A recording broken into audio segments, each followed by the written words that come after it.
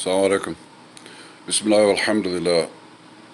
Okay, so this series, okay, I'm talking about, so many things. It really pulls together the situation that Muslims are in, the situation of our communities in the West, and what Allah is doing to the Muslim world, okay? It is all connected, okay, and it's fundamental, okay, that you have to understand that your Islam that you have today is an Islam of failure, okay? So I just want to mention, a saying from Imam Malik, rahimahullah, because it's a saying that has hung around, okay, for, forever. It's over 1,300 years. And essentially what he was saying is that whatever established Islam and put Muslims on the right path in the beginning of Islam, okay, is what would be correct for Muslims to do and to rectify themselves throughout time. Okay, so that is like the safest Islam and the surest success, okay? Now, we need to understand that our Islam in North America and throughout the West, the culture here and the habits and the lifestyle and the practice, the entire culture of the masajid, the mentality, everything has been built on the understanding that was brought from Cairo and Karachi, okay, and Saudi. My brothers and sisters, it is a failed Islam, okay? It was a failed Islam and has been for centuries. That should be obvious that over the last few hundred years that Allah subhanahu wa ta'ala has taken away any power and authority from Muslims and subjugated Muslims to, foreign powers. And in recent decades, Allah subhanahu wa ta'ala is decimating Muslims. Entire countries destroyed. That is not the help of Allah. That is the punishment of Allah. That is not success, okay? And again, I'm just mentioning that Muslims always, make dua after salah, make dua after Jummah, make dua after Taraweeh, make dua during Hajj, and Allah will send destruction the same day, the same week, the same year. Okay? You have to understand that your Islam is not working. Now, that Islam has to be replaced with the Islam of Medina. Okay? And as I've pointed out in previous sessions, that the Medina community was first established. The reason for its establishment was to solve the problems of converts, to get the lives of converts stabilized, and to help converts build their lives, because that's how Islam is built. And without that, Islam would have been annihilated before it even got started. Okay?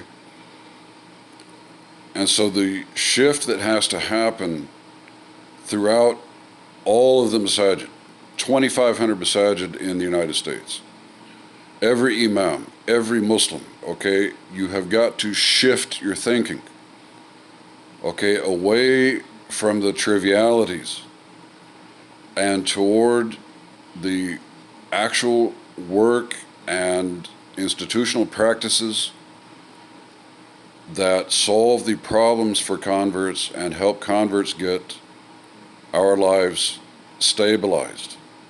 Okay? If you understand the Medina community, it was like, a social machine, a collective that was set up to get the lives of those first converts stabilized so that then the mission of dawah could continue. Okay? But without that foundation, then Islam wouldn't even exist. Now, why, as I've mentioned in a previous session, how is it possible that 6 million Muslims living in the United States over the last 50 or 60 years, thousands of Mawlanas and Shuyukh have completely missed this? Okay? It is left out of the thinking of the Muslims. It's left out of the thinking of the Imams. It is not part of the masjid program. And believe me, I don't care if you have something called convert program, revert program, new Muslim program. It's not actually solving problems. That's what has to be done. Okay, just having like a little educational thing for converts, that doesn't meet the needs of converts. You've got to understand what the Sahaba did in Medina. Now, it's the same reason that so many Muslims can read books about Sahaba, read Fadal Amal every day, read Hayat al-Sahaba, read any books about Rasulullah and the Sahaba, and never understand that you are reading about converts. You are reading about converts.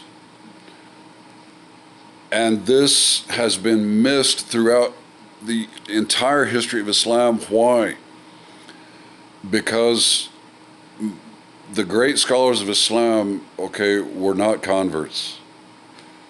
Okay, the Sahaba were converts, and then there were converts that came later. But all of the books of Sirah and the books about Sahaba were written by great scholars, but they did not have the experience of being a convert. And so there is a giant hole in the understanding of Islam. There is a giant gap. And anyone who is not a convert will not get it. You will miss 50%, you will miss half of the reality of Rasulullah's life, of the reality of the Sahaba, of the reality of the Hijrah, of the reality of the Medina community and its institutions. You will miss half of it if you are not a convert. Okay, you will not get it. But that is why then the entire community, the habits of the masajid, the habits of the Muslims, it has to make a shift toward the direction of converts and convert support and becoming a community like Medina, and that has to be led by converts. Because Arabs and Desis, I mean, they already have a failed Islam. Okay, the Islam of today's Medina is a failure. The Islam of Cairo and Karachi, it's a failure. It doesn't bring the help of Allah, it brings the punishment of Allah. We're talking about dysfunctional community, dysfunctional masajid, dysfunctional Muslims, dysfunctional mentalities. Okay, that Islam is a failure, and it has to be replaced by the Islam of converts. That is the only way to bring the help of Allah subhanahu wa ta'ala again, to bring the ridda of Allah subhanahu wa ta'ala again, and to have the chance that Islam will be revived and revitalized, and to have the chance that Allah subhanahu wa ta'ala will stop sending punishment and destruction and death on Muslims everywhere. Okay, there has to be a shift toward converts, and it has to be led by converts. Okay, that's the only way. I hope that this helps make a lot of things clear. Jazakallah khair. Assalamu alaikum.